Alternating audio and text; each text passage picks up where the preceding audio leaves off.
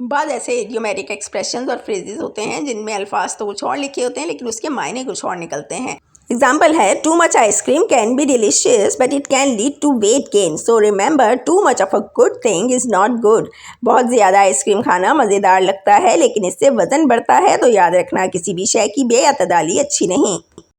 अक्सर कहीं mega sale लगी हो तो इस तरह के पोस्टर्स भी वो लगाते हैं अपनी पब्लिसिटी के लिए कि अप फॉर ग्रैब्स, यानी इसका मतलब है बासानी दस्तयाब है, या उठा लो हमने बहुत कम कीमत पे लगा दिया है। तो इसका सेंटेंस है, with the end of season sale all the designers clothes were up for grabs at discounted prices. Season के अख्तिताम पर तमाम डिज़ाइनर कपड़े रियायती कीमतों पर आसानी से दस्तयाब थे।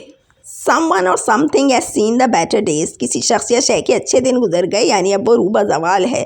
The old mansion on the hill has seen better days but still holds memories of its former grandeur. पहाड़ी पर पुरानी हवेली ने अच्छे दिन देख लिए हैं लेकिन उसकी अजमत अब भी झलकती है।